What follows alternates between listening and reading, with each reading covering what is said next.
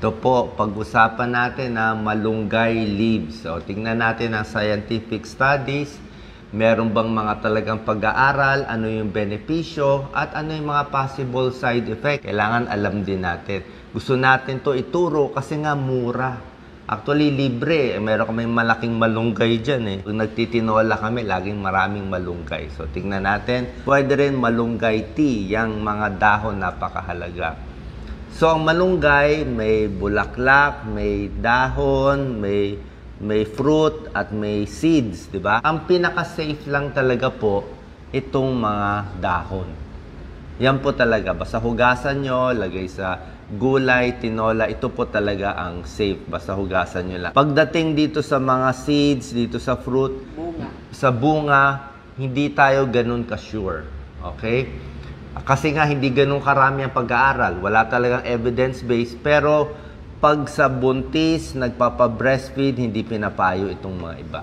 Hanggang dahon lang tayo. Yun lang ang safe. Tsaka, sa buntis, dapat mga 4 months buntis. 4 months pregnant, hindi yung first trimester. Itong malunggay, marami siyang benefits. Doon muna tayo sa benefits bago dun sa possible side effects. Marami siya talagang vitamins and minerals. Talagang siksik, liglig siya. Mataas siya sa protina. Okay, hindi siya karne, hindi siya isda, pero marami siyang protein. Marami siyang vitamin A para sa mata, beta-carotene. Marami siyang vitamin B, B2, B6 para sa nerves. Basta green leafy vegetables, maraming vitamin B. Pero compared sa ibang green leafy vegetables, medyo mas marami siya, mas concentrated. May vitamin C din siya, may iron siya. Napakaganda. Iron, pampadami ng dugo. Hindi pang high blood. Actually, nakakababa pa nga ng blood pressure to eh. Baka makababa konti. Pero kailangan natin sa mga anemic. Pwede yan. Iron. May potassium din siya. At may magnesium din siya. So, marami siya talagang vitamins and minerals. Pampalakas. Okay? So, yan. Vitamin A, vitamin C, may iron, may calcium pa siya para sa buto. Yan, tapos may protein pa siya. At mataas siya sa fiber. Yan ang gusto natin. Pag mataas sa fiber, maganda sa tiyan. Mataas sa fiber, nakakababa din ng cholesterol. Bukod sa vitamins and minerals, marami pa siyang antioxidant. Ngayon, itong mga antioxidant, wala naman talagang 100% sure. Tulad na sinabi ko, hindi naman talaga pinag-aralan to ng evidence-based. Pero yung component niya, pag inanalyze, may vitamin C siya, may beta-carotene siya, meron siyang quercetin, meron siyang chlorogenic acid. Lahat to antioxidant. Ang paniniwala, ang mga antioxidant, mas inaalagaan yung mga selula natin, mas hindi namamatay agad yung selula. Allegedly, mas pampabata, pampaganda ng mood, panglaban sa mga toxin, hindi natin masabi. Pero sa tingin ko, hindi siya masama. Sa tamang dami, hindi siya masama. Kasi magaganda itong mga components na to eh. So pag pinag-aralan, most likely, may tulong siya. Tsaka green leafy vegetables may tulong. Tapos gram per gram, pag inaral nila, basta marami siyang protina. Marami siyang vitamin A, marami siyang potassium, calcium, and vitamin C. Ang problema lang di ba, yung lasa niya medyo mapakla.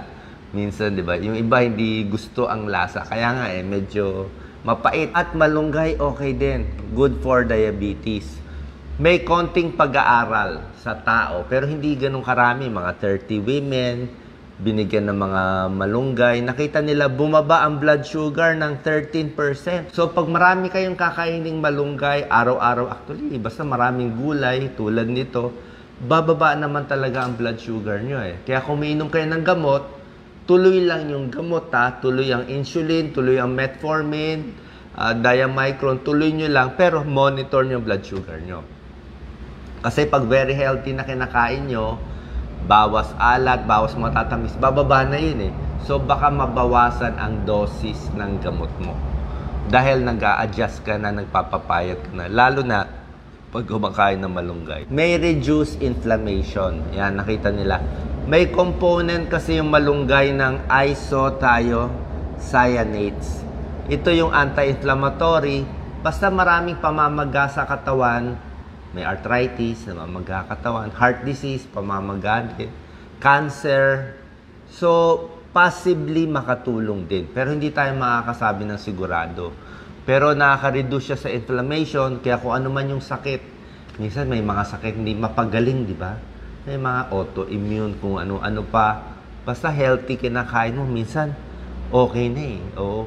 Yung iba sabi sa mood, for depression, pwede rin. Pero hindi ko sinasabi na tiyak. Ang sure tayo, hindi siya makakasama. Pampababa ng cholesterol, ito tunay ito. Kasi high fiber siya. Pag mataas ang fiber, nakakababa ng cholesterol. Reduce cholesterol, syempre reduce heart disease din yan. May konting pag-aaral. Sa mga toxin sa katawan, may small studies parang nakakatulong sa isang toxin pero hindi pa tayo tiyak. Sabihin, hindi siya nakakasama. So, meron kang mababasa minsan dyan sa internet, ang malunggay daw or moringa, yan po scientific name niya, may parang 100 health benefits. Siguro hindi naman tunay 100, no? Pero itong a few mukhang meron. Basta very masustansya siya, sigurado tayo. May antioxidant siya, maganda siya sa puso. Mga sipon-sipon infection, okay din siya. Pampalakas ng katawan. Kung kulang ka sa iron, potassium, okay din. Sa diabetes, mukhang makakatulong siya. At least, para dito, medyo tiyak tayo itong leaves. Pwede siya. Ito naman ang konting issue sa buntis. Okay? Wala talagang pag-aaral. Pero yung mga dahon, yung mga leaves, pwede naman pag 4 months na, second trimester, pag 4 months ng buntis, pataas. Pero first 3 months, hindi natin sure. Pagdating sa roots, sa buto, pati sa flower, hindi po pinapayo sa buntis. Kasi ginagamit to sa ibang bansa, traditional medicine, pampakontract eh. Actually, pampalaglag eh. Pampakontract eh. Doon nila ginagamit. Kaya ayaw natin. Pero yung leaves, basta sa tamang dami lang, 4 months na yung baby sa sinapupunan, okay na yon, di ba? Huwag din i-overdose. Kaya ang leaves lang sinasabi ko ang safe. Sa breastfeeding, ganun din. Yung mga leaves lang ang safe. Yung mga roots, yung mga seeds, hindi natin masasabi. Sa bata, pwede naman konti-konti lang hanggang dahon lang tayo. Okay? Kasi nga walang ganong pag-aaral, hindi natin masyado pinapayo para dito, lalo na yung ibang parts ng malunggay. Yung iba naman sa malunggay, nagtatae, pag naparami. Yung iba sumasakit ang tiyan, depende sa'yo. Yung iba, hindi naman sumasakit. Yung iba, medyo nasusuka kasi mapait o naipit dito sa lalamunan. Ayan, tulad na sinabi ko sa pregnant and breastfeeding, hindi tayo sure, kaya iwas na lang sa ibang parte. Pero yung leaves, pwede naman. Hugasan lang maigi. Pag umiinom ng ibang gamot, let's say umiinom kayo ng pampalabnaw ng dugo. Actually, ang mga gulay, usually, pampalapot siya eh. Mas nagabubu yung dugo. Kaya baka lang magulo konti yung dosis mo ng warfarin. Paalam lang sa doktor. Pwede naman kumain. Wag lang yung sobra dami, ha? Lahat ng bagay, wag sinosobrahan. Tulad na sinabi ko sa inyo, marami na siyang vitamins and minerals. Pag sinobrahan mo kasi, hindi rin maganda. Pag uminom ng diabetes medicines, okay lang. Tingnan nyo kung bumababa blood sugar nyo. Uminom ng gamot sa high blood, pwede lang. Tuloy nyo lang yung gamot sa high blood, yung malunggay. Tingin ko hindi naman ganong gagalaw yung blood pressure. Tuloy-tuloy pa rin. So yan po, ang safe lang itong mga leaves. Hugasan maigi, libre pa. Ito lang mga roots and mga buto-buto, mga bunga. Medyo hindi tayo ganun ka-sure.